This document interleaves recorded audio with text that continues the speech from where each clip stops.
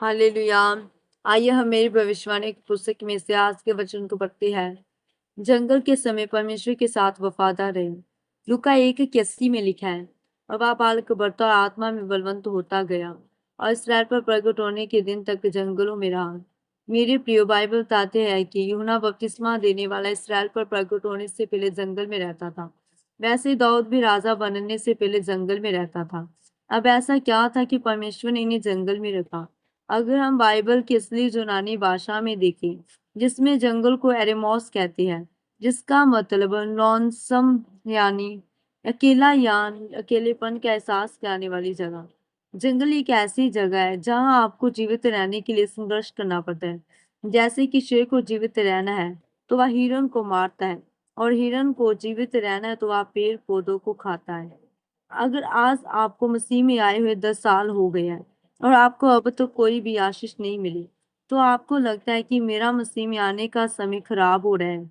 लेकिन जो आपका समय मसीह में है, वो आपका बहुत मूल्यवान, बहुत शानदार समय है।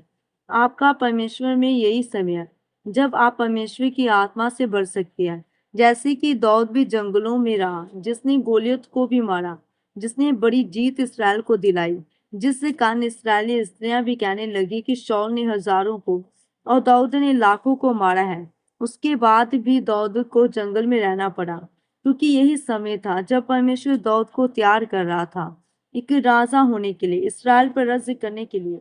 बाइबल हमें दो तरह के जंगल के बारे में बताती है।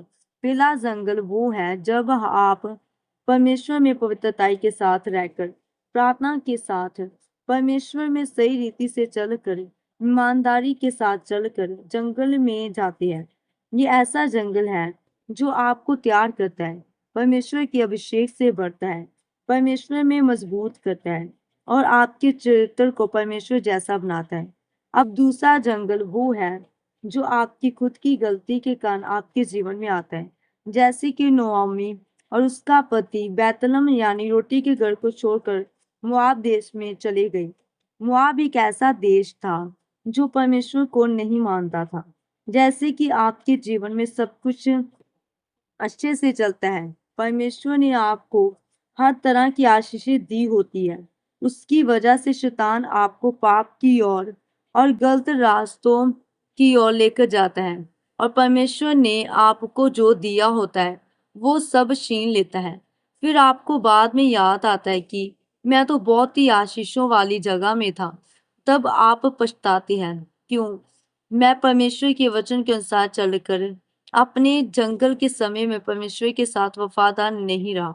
जैसे कि प्रभु यीशु मसीह ने खुद कहा है, मेरा पिता किसान है और मैं दाखलता हूँ और तुम डालियां हो। अगर तुम फलोगे तो तुम्हारी छटाई होगी, और अगर तुम फल नहीं दोगे तो तुम्हारी कटनी होगी।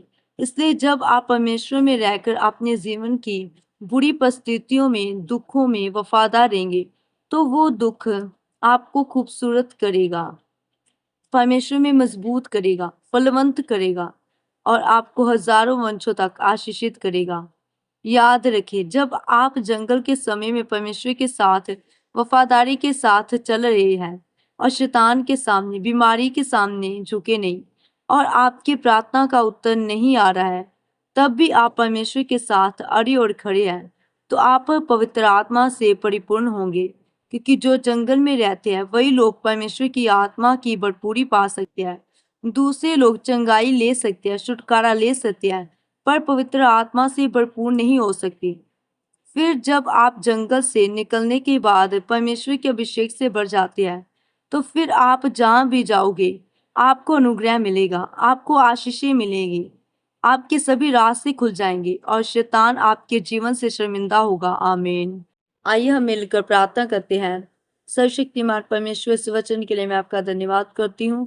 परमेश्वर, मैं आपसे प्रार्थना करती हूँ कि आप मुझे मेरे जीवन के जंगल के समय में आपके साथ वफादार रहने का अनुग्रह दीजिए, ताकि मैं उस जंगल के समय में आपकी महिमा के लिए, आपके रज़ के लिए दाऊद की तरह तैयार हो सकूं। प्रभु यीशु मसीह के सामर्थी नाम में आमीन।